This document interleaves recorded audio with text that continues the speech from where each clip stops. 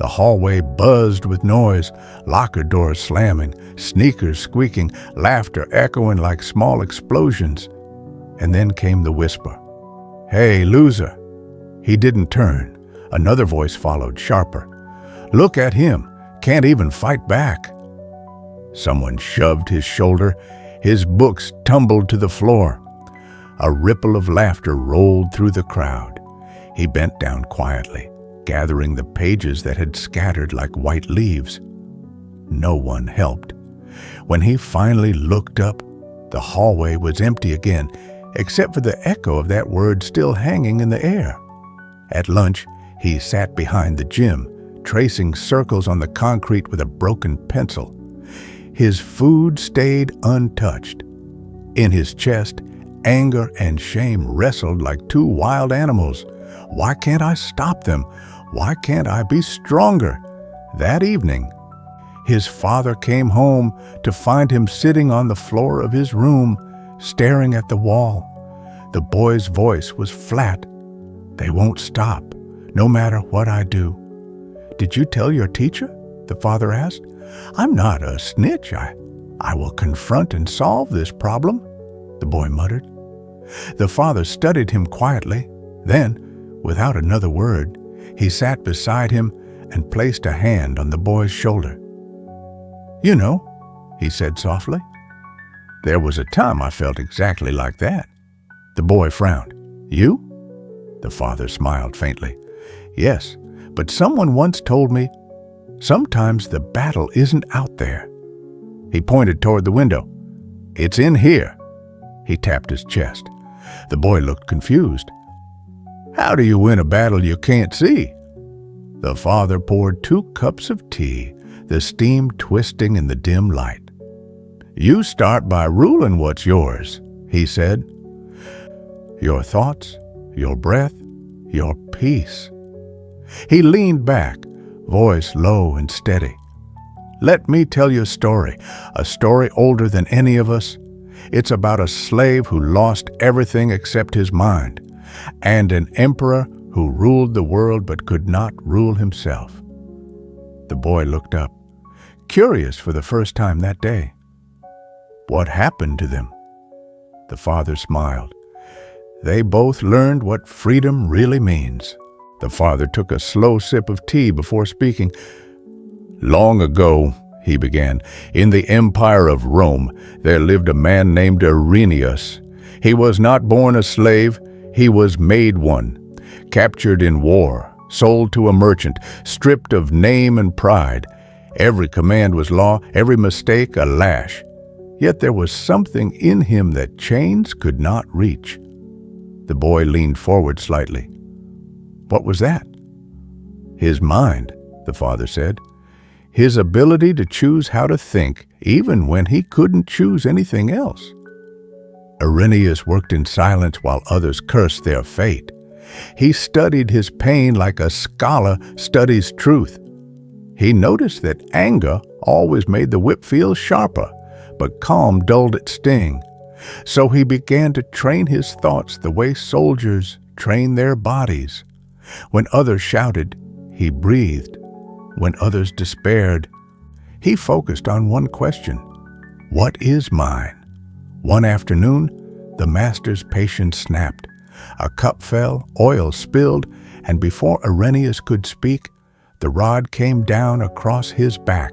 He stumbled, catching his breath, but didn't cry out. "Speak!" the master barked. "Defend yourself!" Irenaeus steadied himself, eyes lowered. "There's nothing to defend, sir. The oil has already spilled." The master frowned, unsure whether he was being mocked. The other slaves waited, tense, but Irenaeus simply returned to work, limping slightly, his face calm. That night, while the pain still burned, he whispered to himself, "They can bruise my skin, but only I decide what to carry in my heart."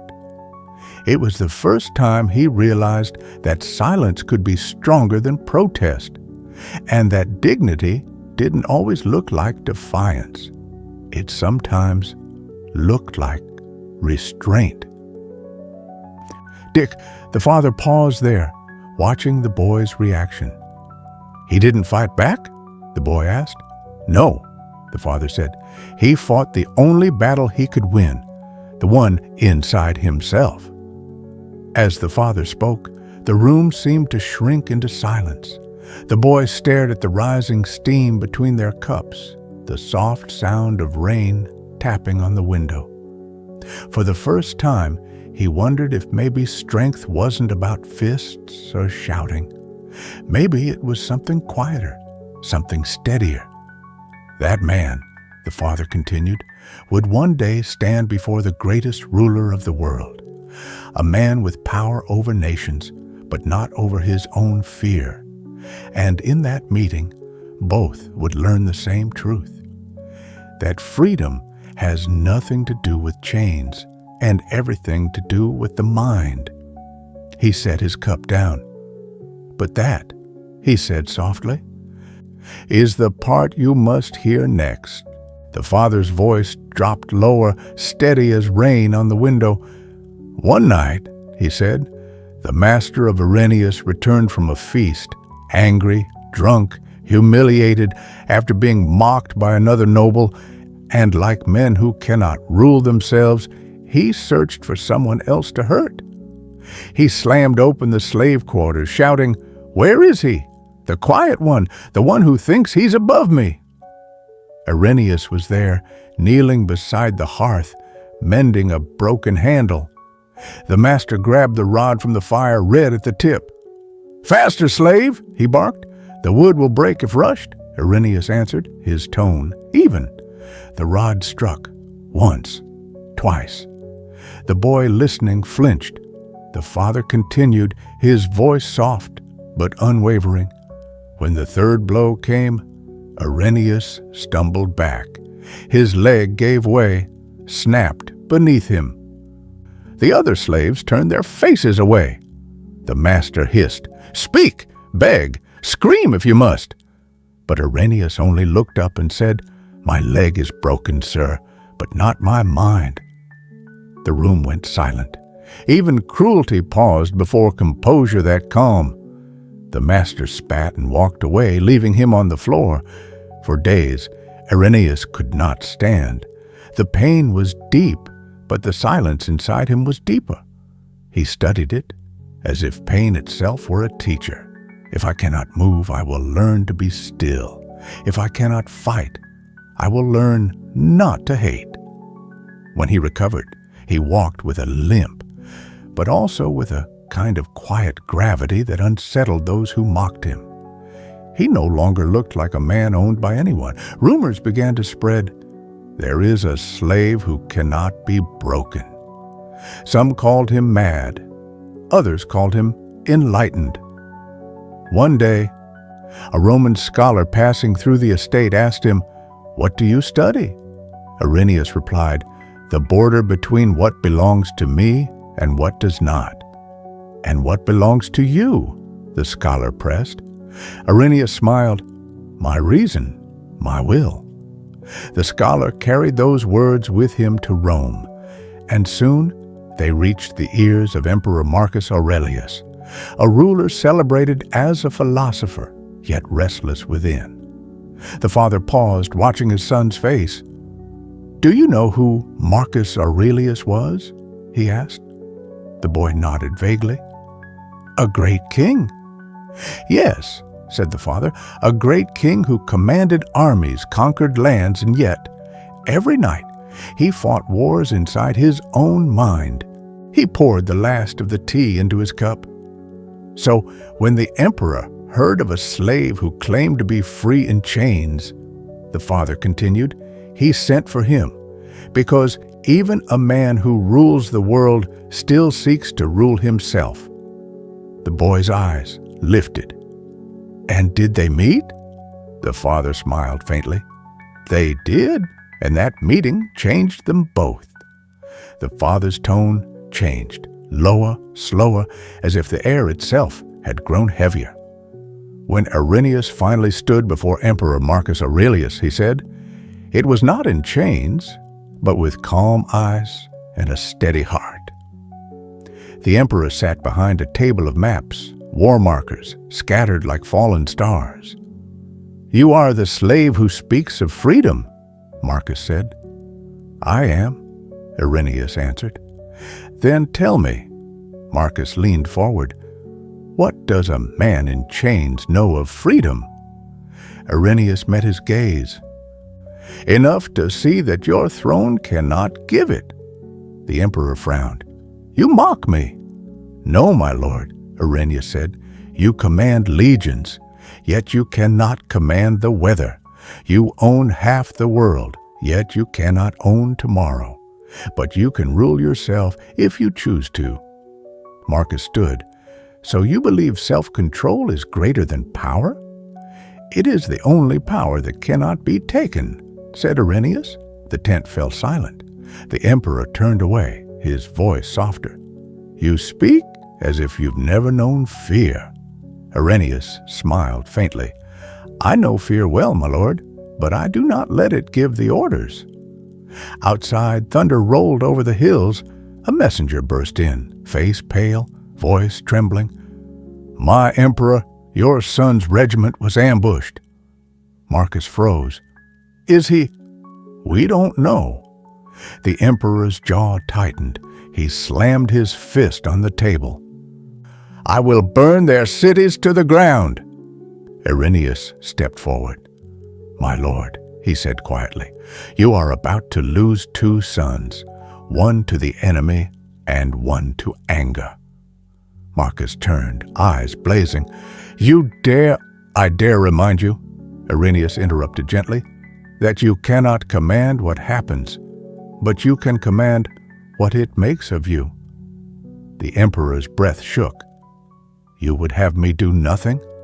"Not nothing," Irenaeus said. "Do what is right, not what rage demands. When the storm comes, the tree that bends survives. The one that fights the wind breaks."